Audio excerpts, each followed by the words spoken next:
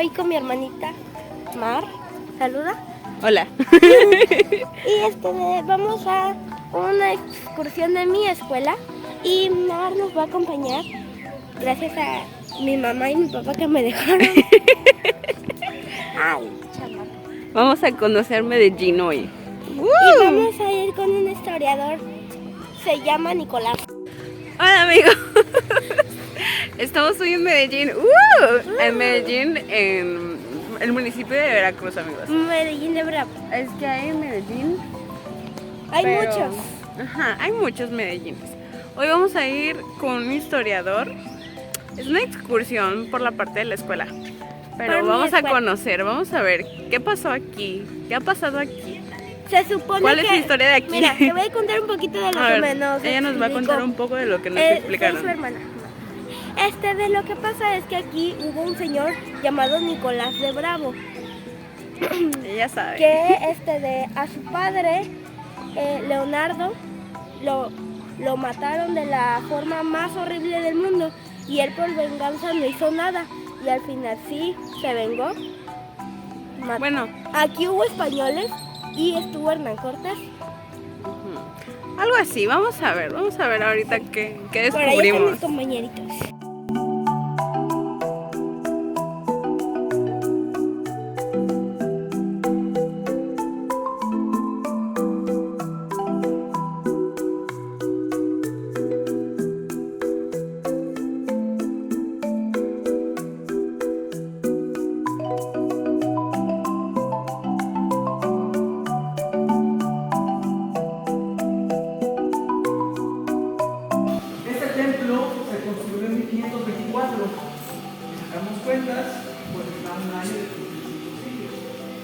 Sus hijos, sobrinos, parentesco que sea, ya conocen el principal material que se utilizó para la construcción de este monumento. Jóvenes, ¿cuál fue el material del que los españoles dispusieron para poder suplir la falta de piedra? El coral. ¿El coral cómo se le conoce? ¿De qué otra forma se le conoce en esta construcción? ¿Piedra qué? Muca. Piedra muca o muca. ¿Por qué?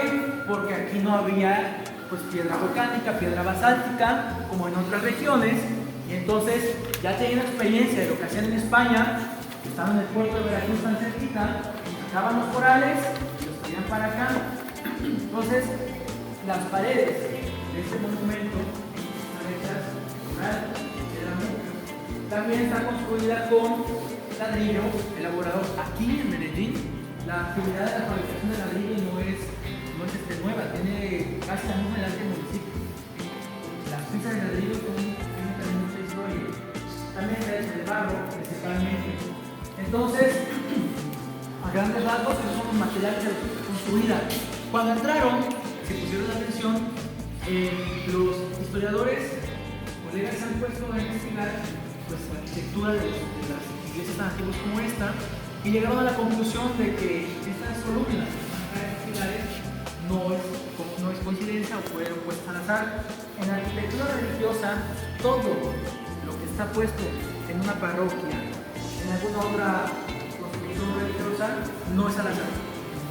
Las columnas, los pilares, en unión con la bóveda, es decir, la parte de arriba del techo, fueron puestas de esta forma como un mensaje de evangelización.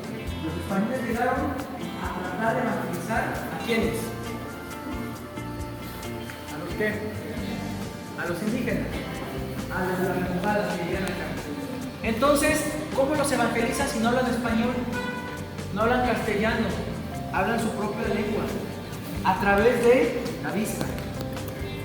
Los indígenas entraban por esa misma puerta, esa puerta estaba abierta desde hace 500 años. Entraban por esa misma puerta y lo que se encontraba eran estas columnas a los lados, en líneas rectas, estos pilares, en unión con la bóveda. ¿Por qué? Porque según el mensaje que se quería dar, era la unión de la tierra, que es lo que vemos a nivel de nuestros ojos, los pilares, con el cielo, que es lo que hace uno cuando levanta la mirada para ver la bóveda.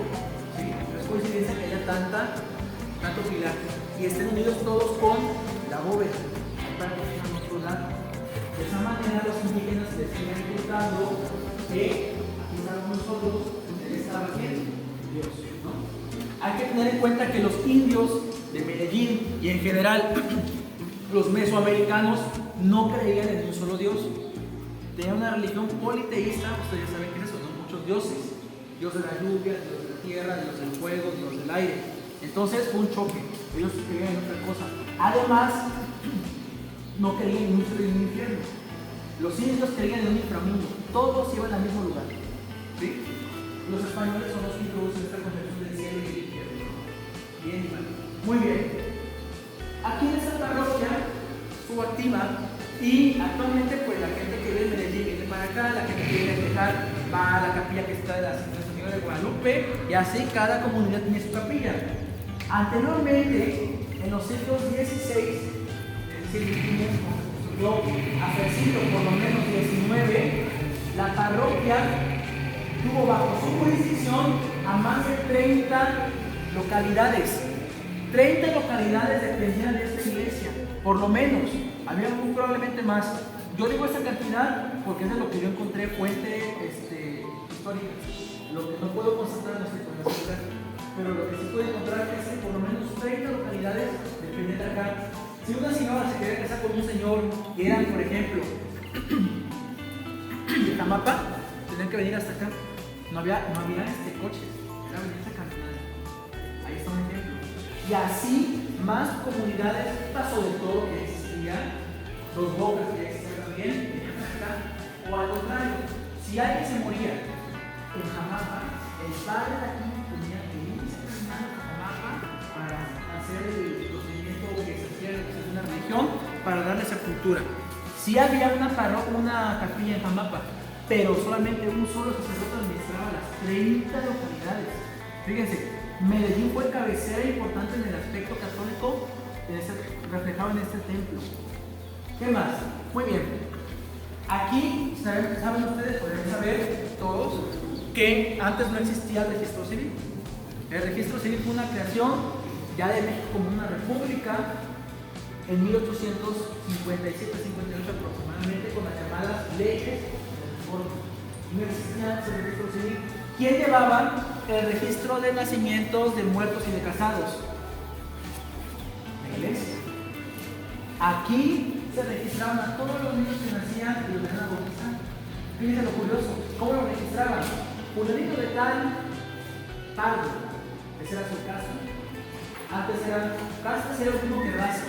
Antes se ponía así: pardo, indio, negro, mulato, español, mestizo, criollo, chino, jíbaro, lobo. Así. La casa, salud. La edad de la que habían ido a bautizar: 8 meses, 7 meses, 5 meses, 1 año. Sus padres, la calidad de sus padres, indio, español, lo mismo, y pues la gente que iba a fungir como sus padrinos, ¿no? Eso era con los bautizados. Con los casados, pues era algo muy similar a lo que sus papás están casados por esta religión, saben también cómo era el procedimiento. Y de los muertos, ¿cómo era? Se anotaba el nombre del muerto. Si el muertito era soltero o soltera, si no se había casado nunca, entonces se anotaba el nombre del muerto, calidad y el nombre de sus padres, que eran quienes lo estaban mencionando. La calidad de sus padres, y si el muerto había fallecido en la pobreza o con cierta cantidad de dinero, y si había tenido dinero, registraban si había dejado un testamento. Y si el testamento tenía obra piadosa, es decir, cosas para la iglesia, se anotaba el testamento. Si no, no importaba, porque aquí nada más importaba el dinero que iba a ocuparse para la iglesia, ¿sí? Si el muertito era casado, se anotaba el nombre de la esposa o esposo o del hijo que estaba cuidando de él. Y se anotaba de que había muerto. ¿De qué creen que moría la gente aquí en Medellín en esa época? En los años 1500, 1600, 1700. La fiebre amarilla. La fiebre amarilla, muy bien. ¿De qué más morían? Viruela. Viruela, así es. ¿De qué más morían? ¿Qué hay por aquí cerca que puede matar a la gente? Cerca que todo sigue aquí. No, la gripa ya no mata. Pero todavía está presente ahorita. No, esa fue la mejor. Está presente aquí, es un elemento natural y puede matar. Se ahogaban en el río, mucha gente se murió ahogada. ¿Por qué? Ahorita cuando vayamos a ver vamos a ver por qué se moría mucha gente. ¿Por qué más se puede morir? la gente de Medellín le gustaba mucho el chupe.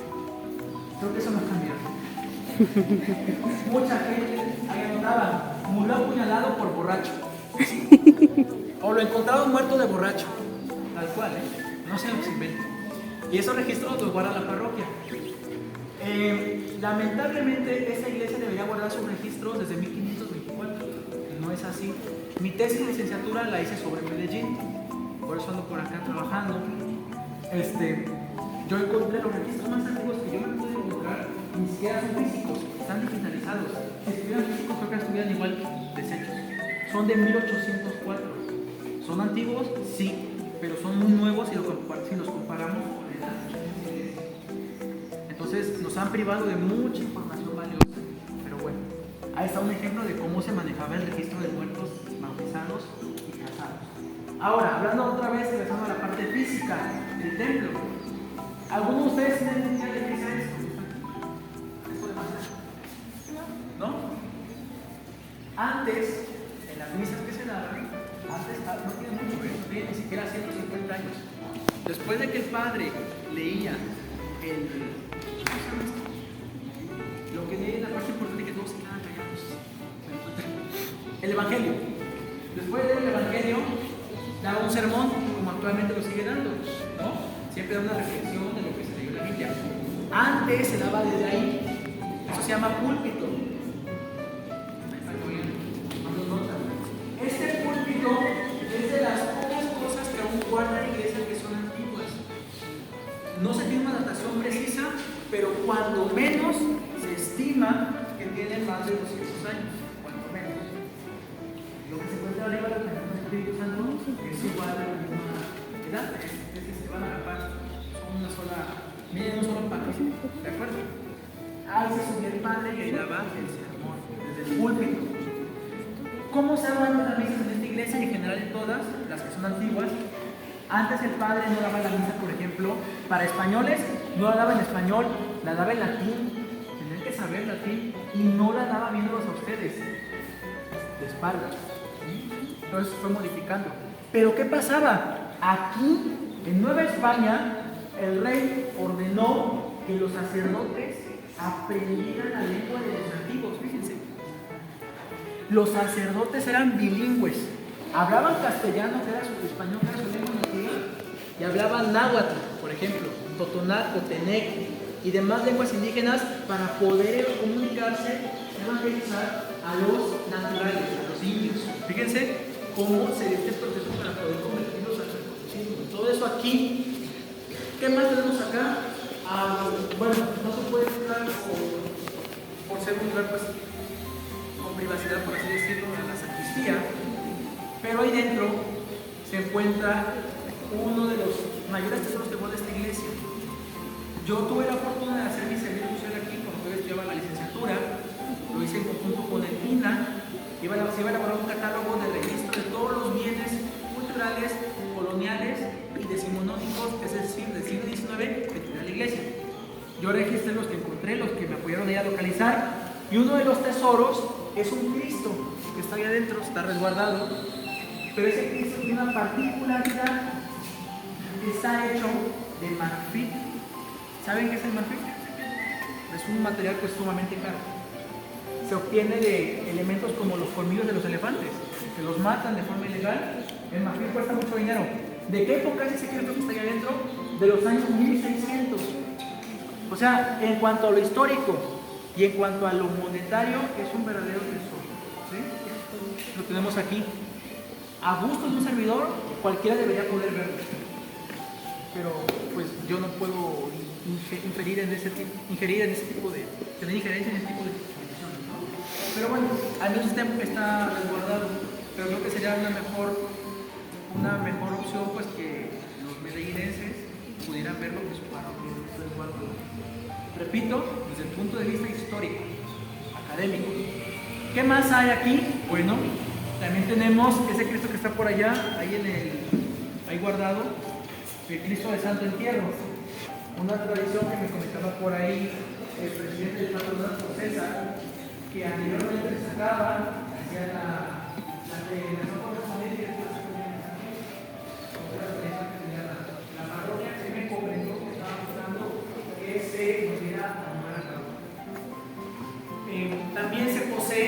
una pila bautismal. ¿Saben qué es una pila bautismal? Bueno, ¿a qué le suena bautismal? De bautizo. Ahí se bautizaban a los niños. Esa pila tiene una característica también, está hecha de mármol y es de 1836. Es igual, vieja, es antigua y pues es cara, es mármol. Esa pila se la regaló un español a la parroquia. Antes, los españoles, para congraciarse, para caerle bien al padre y pedirle favorcitos, les daban cosas caras, para la iglesia o para ellos. Otro ejemplo es el reloj. Ese reloj que está afuera en el campanario no es igual de antiguo que la parroquia. Ese reloj era del siglo pasado. Se lo regaló también un español a la iglesia. Y ahora sí, chavos, para que ustedes también participen.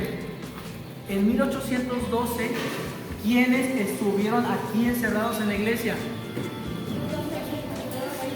Los 300 españoles. ¿Qué les iba a pasar?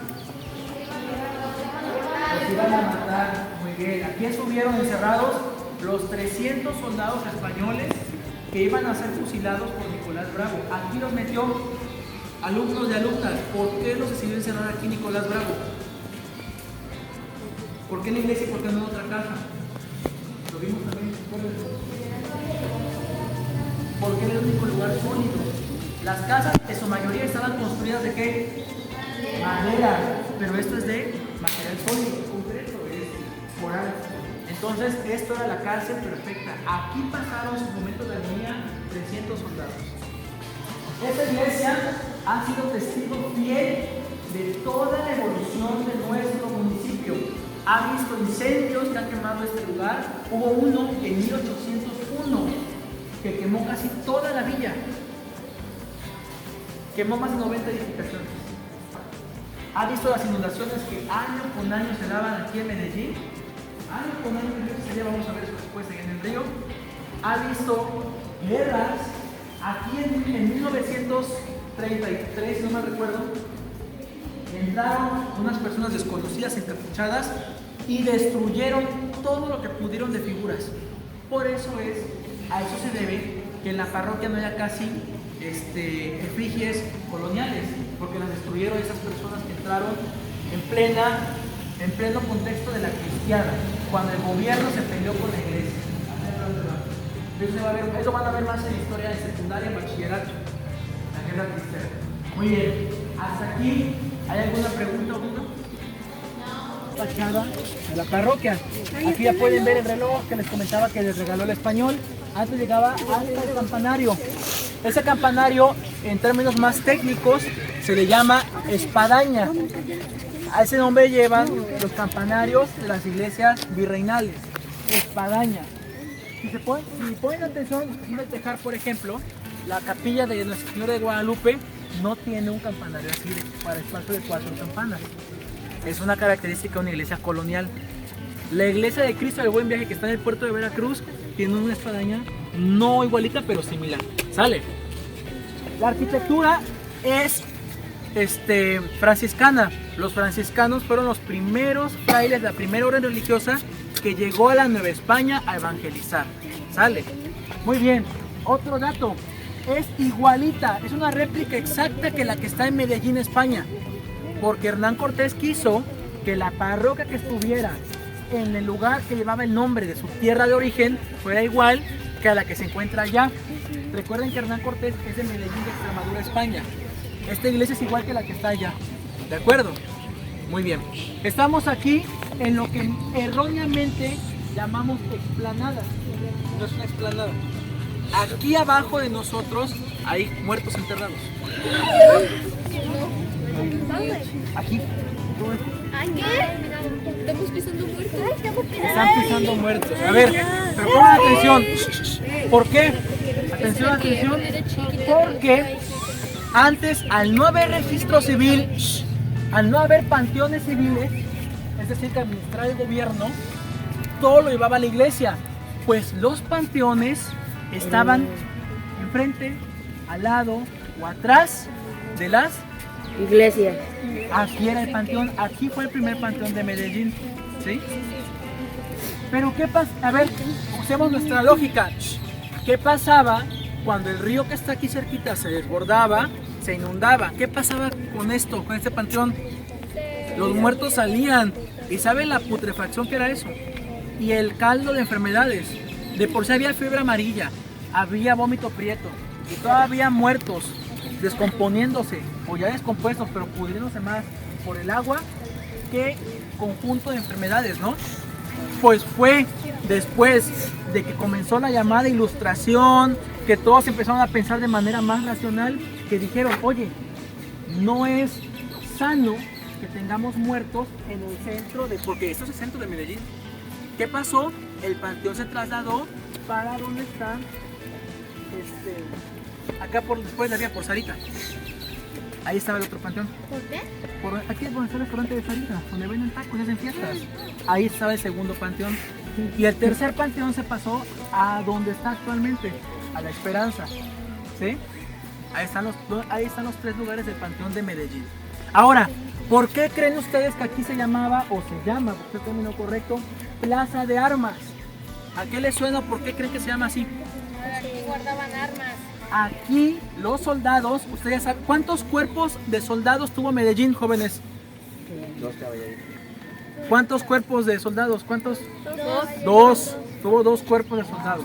Aquí los soldados de Medellín marchaban, entrenaban, se capacitaban y portaban sus armas. Aquí presentaban armas. Aquí se reunían y aquí hacían sus ejercicios como soldados. Aquí, por eso es el término correcto decirle plaza de Medellín, no explanada. Explanada tienen los ayuntamientos que son jóvenes, nuevos, ¿sí? Que tienen 20, 50 años de creación. Este ayuntamiento que existe desde 1521, su explanada es una plaza de armas. Aquí, quiero que se imaginen, aquí en 1804, un sacerdote lo mandaron a apresar. Y eso era muy poco común. El hecho de que ahorita manden a apresar a un padre es extraño. En esa época era sumamente extraño porque además tenían fuero. A ellos tampoco les podían hacer nada a los jueces. Un padre se portó muy mal, rompió las reglas, las leyes, y lo mandaron a apresar. Y fue tan grave su delito que mandaron al cuerpo de caballería de lanceros a que rodeara toda la iglesia. Eso se llenó de soldados y rodearon toda la iglesia para sacar al padre y llevárselo preso. Fíjense, aquí andaban los soldados y cumplían como tal, como soldados. Cuando se quemó esto en 1801, los mismos soldados se les puso en cada entrada de cada camino a hacer guardia para que no viniera gente de noche y se robara lo poquito que quedó. Fíjense. Muy bien. Otra curiosidad. Aquí estuvo oficiando como padre el tío de Antonio López de Santa Anna, que era sacerdote. Y al parecer los pícaros, los malportados, era de familia. Este señor, siendo padre, lo metieron preso en San Juan de Ulúa. ¿Conoces San Juan de Ulúa? Ah, bueno. Ahí lo metieron preso, eso era una cárcel. ¿Por qué lo metieron preso? Por el delito de torpe solicitante. ¿Alguien sabe qué era ser solicitante? Bueno, hey, atención. Este delito consistía en que el sacerdote, aprovechando la intimidad de la confesión, le solicitaba sexo a la mujer que estaba confesándose con él. Eso era el delito de solicitación y por eso estaba preso. Tenían lo suyo. Eran personas, al final de cuentas. Hay que dejar de ver buenos, malos, héroes, villanos, santos. No. Eran personas, errores y aciertos. ¿Dudas, preguntas? ¿No? No.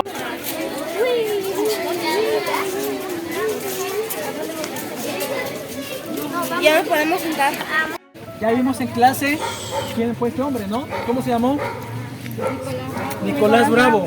Aquí, ¿qué cosa construyó Nicolás Bravo? Su cuartel. Aquí se acuarteló, ¿se acuerdan? ¿Por qué se acuarteló aquí? ¿Qué objetivo estaba buscando derrotar? ¿A qué lugar quería derrotar? Veracruz. ¿Por qué? Porque era el puerto más importante, ¿o no? Ahí había mucho dinero. Entonces Bravo aquí estuvo.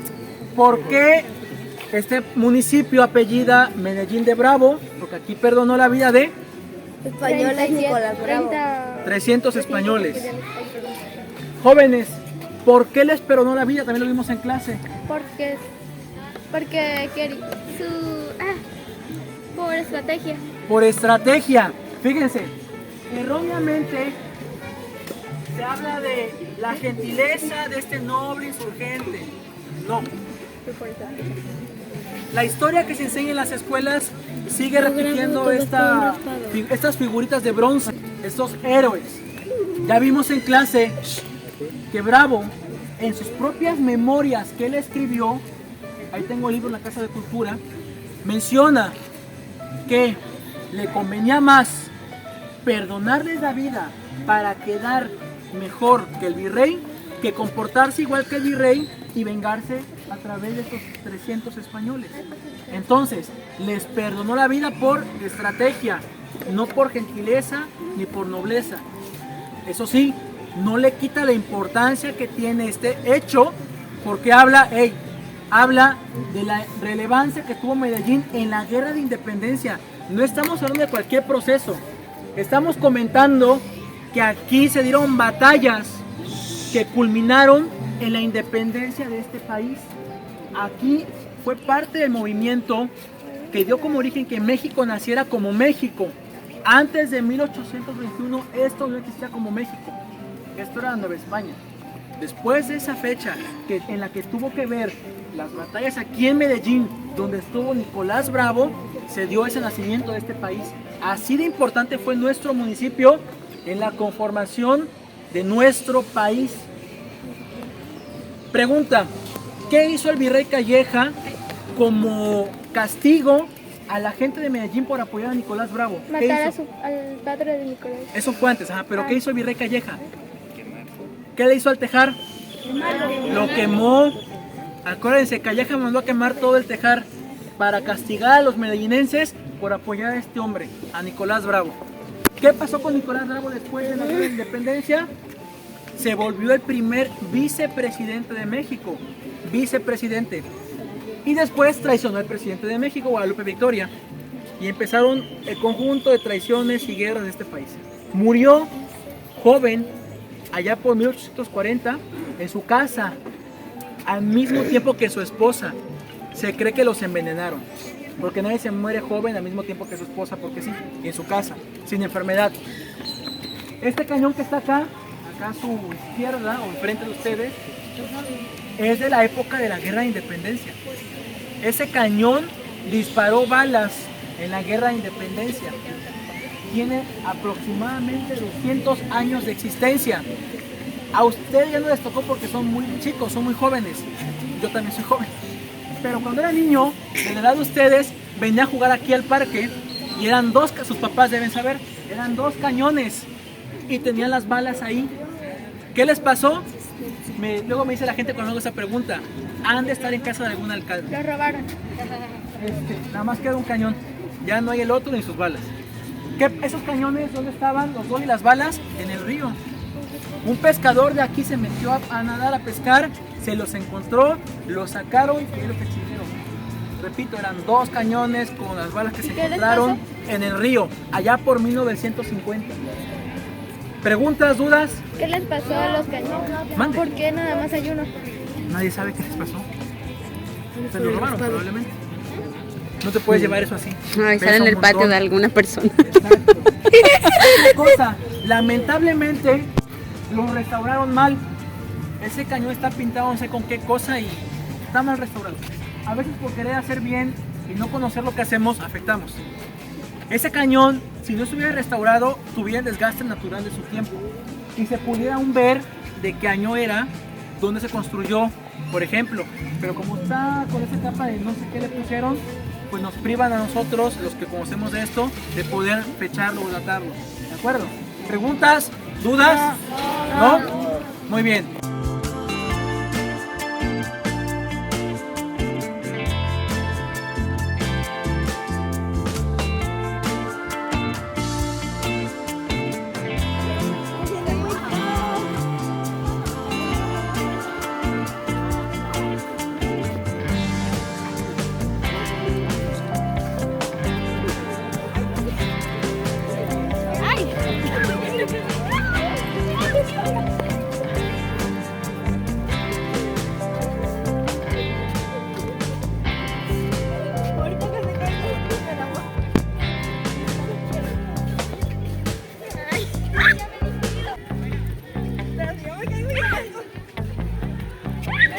Yo me quiero ir como una cucharita que se va arrastrando.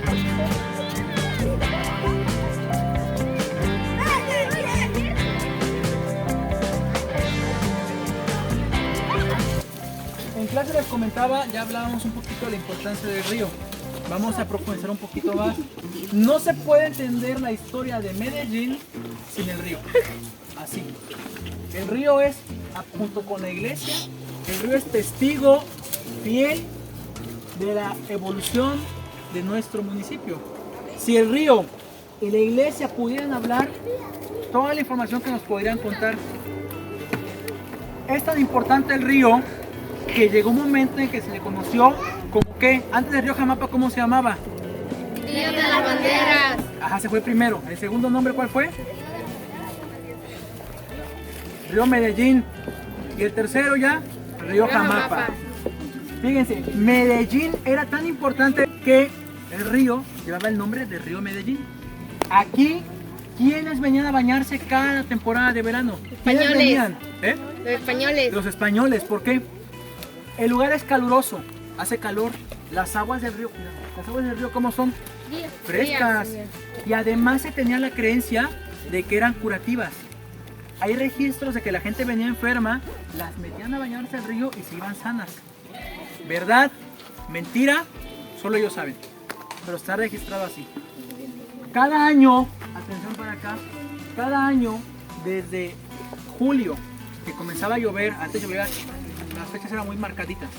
Cada año, de julio hasta enero, este río se salía por completo. Todos los años, de julio a enero, Medellín se inundaba. Y estaba inundado todos esos meses. Hasta febrero comenzaba a bajar el agua y ya en marzo estaba todo tranquilo. Yo les pregunto, en los 12, 11 años que llevan de vida ustedes jóvenes, ¿cuántas veces se ha salido el río cada año? ¿De qué nos habla eso? De que su nivel está muy bajo. Nos hemos acabado el agua. A través de la historia podemos también hacer esa conciencia ambiental y comparar que esto no tiene la mitad del caudal que tenía antes. Este cuerpo de agua tan valorado, tan bien visto por los españoles de antes, que venían a bañarse aquí cada año, construían sus casas por aquí cerquita. Este cuerpo de agua que cada año se salía, ya no es ni la mitad de lo que era. Y si seguimos desperdiciando el agua, regando la banqueta porque sí, lavando el coche con manguera, o dejando la llave abierta porque queremos, y vamos a quedar sin agua. Este río no nada más abastece de agua a Medellín, abastece de agua a todo el puerto de Veracruz. ¿Saben cuánta agua se gasta? Y eso no es de ahorita. La obra para desviar agua del río Medellín, río Jamapa, a Veracruz, proviene mínimo desde 1770. Desde esos años ya se hablaba de esta agua que se mandara para allá, porque en Veracruz puerto hay algún río. Es playa, y la playa es agua salada, y eso no se puede tomar ni te lo puedes usar para bañar todos los días porque te vas a fregar la piel. Entonces, vean la importancia de nuestro río, hay que cuidarlo. Es tan importante el río que la gente de Medellín plasmó su importancia en las leyendas. La leyenda que van a investigar, que es la de la Dama Blanca, que creo que sus papás conocen, tiene mucho que ver con el río. Hasta en las leyendas, el río Jamapa está presente. Este río aprovisionaba de comida, peces, crustáceos como los camarones, servía como medio de transporte. Por aquí cruzaban barcos, embarcaciones de buen tamaño. ¿Por qué? Porque no tenía esta profundidad, era el triple. Aquí entró Hernán Cortés, por aquí pasó Hernán Cortés en sus embarcaciones, por aquí navegaron los conquistadores que tomaron Tenochtitlan en 1521, por aquí llegaban embarcaciones, atención, de San Juan de Ulúa, si lo conocen, entraban por Boca del Río. ¿Saben por qué se llama Boca del Río, no? Porque ahí está la boca del río, ahí desemboca el río en el mar, es el río Jamapa, hasta allá llega. Por ahí entraban, llegaban hasta acá. Aquí fue puerto importante para los primeros años de la colonización. Fíjense la importancia que tenía este río. Repito, ya para que cada año españoles de mucho dinero, que eran capitanes del ejército, vinieran a bañarse aquí, construyeran sus casas, hicieran fiestas y hasta un salón para sus fiestas, habla de la importancia que tenía este río. También ya sabemos que mató gente, como ustedes comentaron, mucha gente murió ahogada. Hay el caso de una mujer que se llamaba le decían la Huatusqueña, que se metió con un niño de 8 años. Vino un golpe de agua probablemente y se los llevó a los dos. Al niño lo salvó un señor, la mujer se ahogó y su esposo no pudo recuperar su cuerpo hasta quién sabe cuántos, ya después ya todo descompuesto. La enterraron por aquí, por orilla del río. Ahí debe estar su cuerpo todavía. Ahorita que vayamos de regreso a la orilla del río, ahorita que pasamos por una casa, vamos a ver si podemos apreciar, hay una higuera. Hay varios árboles aquí en la ribera. Las higueras son sumamente representativas de aquí. Y esa higuera que está en esa casa tiene un tronco sumamente ancho. Eso habla de la edad que tiene ese árbol. Ese árbol pasa de sus 200 años. Es otro testigo de... ¿Qué otro tipo de árboles abunda en Medellín que tenemos aquí? El mango. El mango no es nativo de Medellín, viene de Asia. Por eso es mango Manila. Allá Filipinas no se llamaba Filipinas antes, era el nuevo reino de Manila. El mango traído de allá se sembró acá y pegó bien bonito porque es una tierra fértil, súper fértil. Tanto pegó que tenemos una feria del mango. ¿Qué otro fruto pegó mucho que también tenemos una feria de ese fruto? No hay feria del aguacate. ¿Qué otra feria hay? Una piña. La piña, hay feria de la piña ya por los robles, ¿no? El coco también pegó bastante. Y antes, otra plantación que ya no se siembra es el algodón. El algodón, el lino y el cáñamo, que son textiles, se sembraban aquí y se daban de una excelente calidad que hasta los propios virreyes, es decir, las máximas autoridades de la Nueva España, reconocían a Medellín como uno de los principales productores de algodón. Fíjense, ¿de acuerdo? Este puente está muy horrible. Horrible. Ahorita se cae y nosotros en el agua. Uy, no caerían las plantas. Ahora que llega el agua. ¿Hay cocodrilos aquí? Debe de.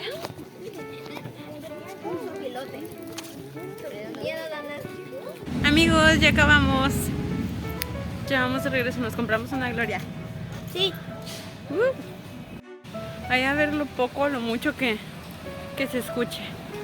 Ahora vamos a sentarnos aquí un ratito A en comer. lo que Comemos. nos comemos nuestra Gloria. Qué rico. Bye. Bye.